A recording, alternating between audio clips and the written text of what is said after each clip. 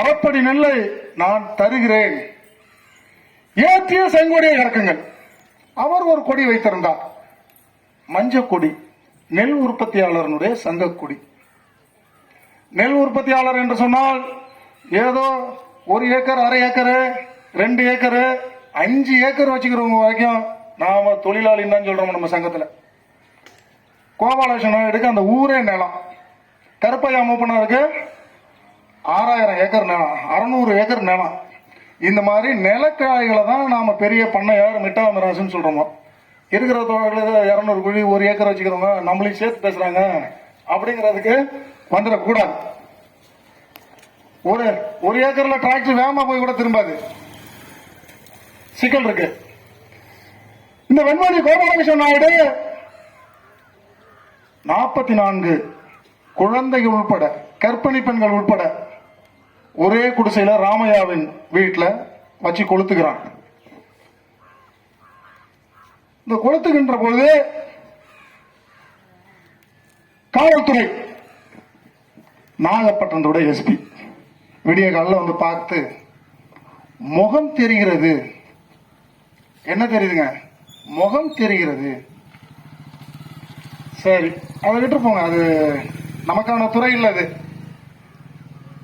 ஆனால் நாகப்பட்டினம் நீதிமன்றம் கோபாலகிருஷ்ணன் நாயுடை தண்டிச்சது.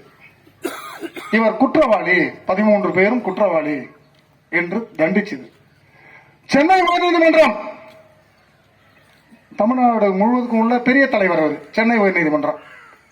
அவர் நெல் உற்பத்தியாளர் சங்க தலைவரை இவர் குடிசை பகுதிக்கு, சேரும் சகதியும் நிறைந்த பகுதிக்கு அந்த காலத்திலே படித்தவர், வாகன வசதி உள்ளவர், இவர் இந்த செயலை செய்திருக்க மாட்டார், நிரூபணமாகல என்று அவரை நீதிமன்றம் அவரிடம் மன்னிப்பு கேட்கிறது என்று சொல்லி அவரை விடுதலை செய்கிறது.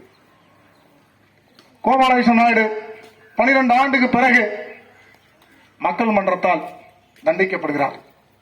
நம்மளை போன்ற எந்த பக்கமும் விலை கொடுத்து வாங்காத கம்யூனிஸ்டுகளை தேடி பார்த்து காவல்துறை வழக்கு போடுகிறது.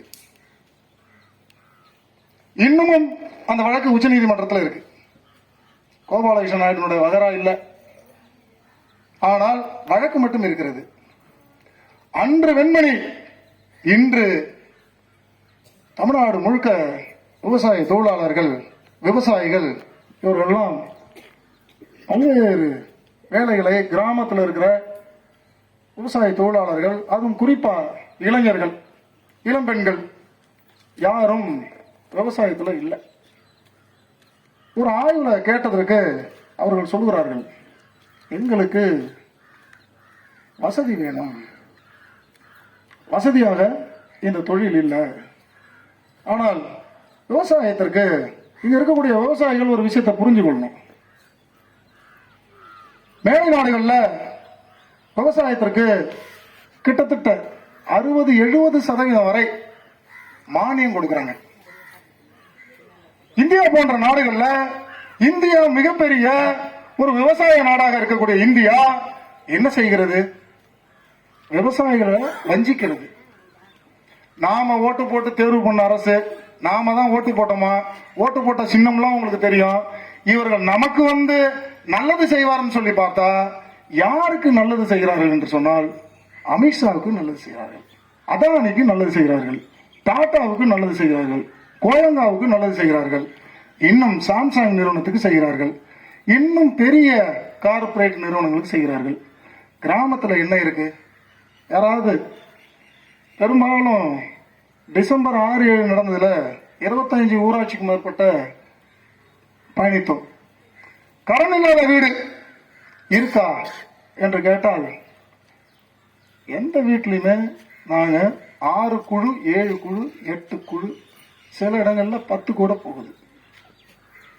கட்ட முடியல என்று சொல்லி நீதிமன்றத்தின் மூலமாக